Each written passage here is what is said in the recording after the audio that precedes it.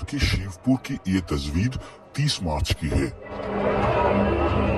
हिंदुओं के त्योहार रामनवमी की शाम को शोभा यात्रा एक ऐसे इलाके से गुजर रही थी जहां हिंदू और मुसलमान दोनों समुदाय के लोग रहते हैं। जुलूस के समय ही मुसलमानों ने इफ्तार का आयोजन किया था। अचानक शुरू हो गया संघर्ष। अभी अब पहले के जुलूस में बहुत फर्क है। पहले के जुलूस में जो जुलूस होता था तो वो लोग अपने भगवान का जो कुछ भी होता था अपना बजाते हुए लेके जाते थे नॉर्मली। आज दूसरा ही कुछ बजाते हैं। क्या बजाते हैं? ये जो आपको मतलब हिंदुस्तान में रहना है तो ये बोलना होगा, ये करना होगा, वो करना होगा, वो एक दूसरे को मतलब चिढ़ाने वाला चीज। बीते साल भी रामनवमी की शाम को ठीक इसी जगह पर इसी तरह हिंदुओं और मुसलमानों के बीच संघर्ष हुआ था। सरकार का आरोप है कि इस बार रामनवमी के जुलूस को कोई अनुमति नहीं दी गई थी। इसके बावजूद बीते साल जहां संघर्ष हुआ था वहीं जुलूस निकाला गया।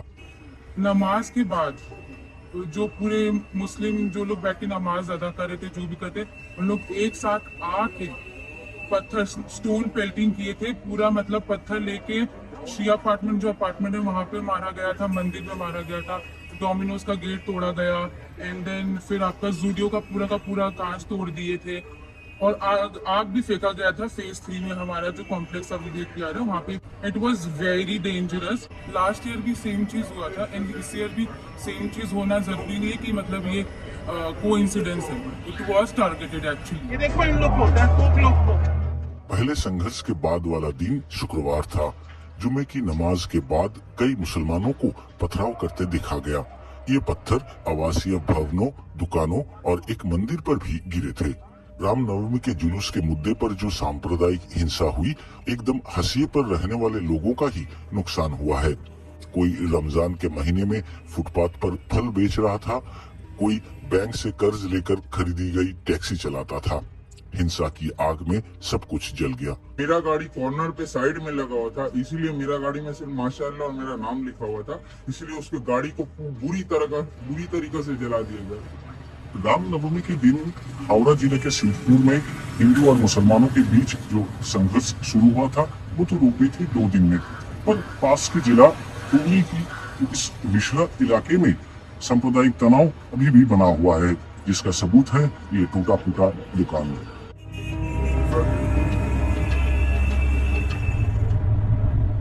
यहाँ भी मैंने शिवपुर की तरह एक जैसी कहानी ही सुनी। रामनवमी के जुलूस पर पथराव किया गया और उसके बाद ही हिंसा शुरू हुई।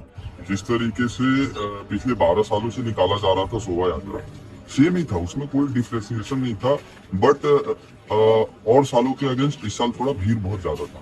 जब वो जीटी रोड से क्रॉस कर रहा था तो वहाँ पे कुछ अलग समुदाय के लोगों ने पथराव किया, जिसकी वजह से हमारे यहाँ मतलब आगजनी, लड़ाई, बहुत सारा मतलब ये लोग यहाँ पे किया। यहाँ भी गरीब का ही नुकसान हुआ है। 4 दशक से एक हिंदू मंदिर के पास चाय की दुकान चलाने वाले एक मुसलमान की दुकान तोड़ दी गई है। सब ठेला था, उसको ले गया 700 ठेला, वो मोड़ को तिलथी था। हाँ वही मोड़ है ना, रोड बड़का रोड, उसको रख के तिलथी था जो पूजा वूजा नहीं होता, तिलथी जलाया जाता है पटुआ का, वो यहाँ तोड़ के पूरा ठेला को जला दिया सब मुसलमान का। इस दुकान को मुझे उसके बाद इस दुकान हमारे भाई का है, बत्ती जलाना सबको धो धा देते हैं। हम है मुसलमान और इसका सेवा हम करते हैं।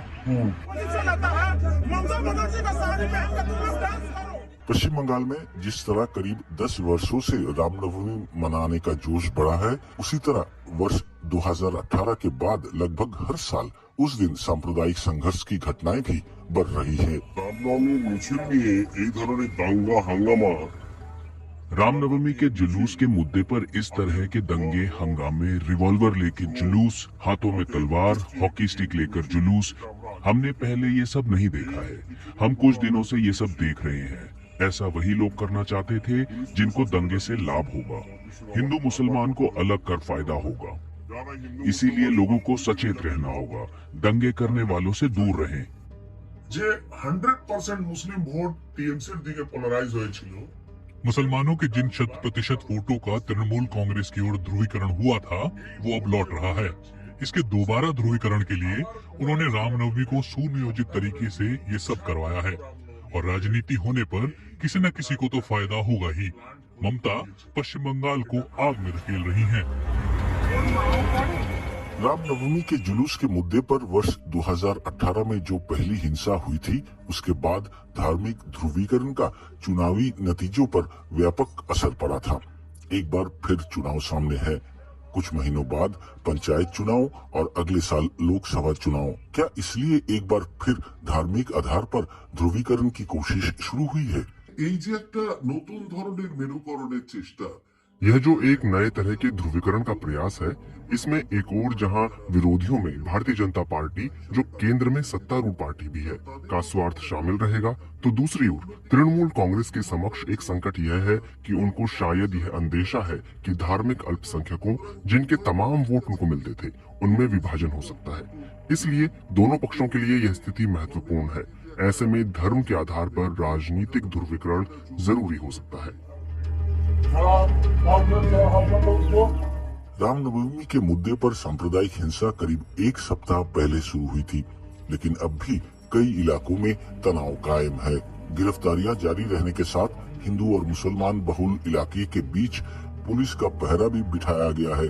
लेकिन दोनों समुदायों के बीच बार बार जो टकराव हो रहा है, क्या उसे सिर्फ पुलिस के जरिए रोका जा सकेगा?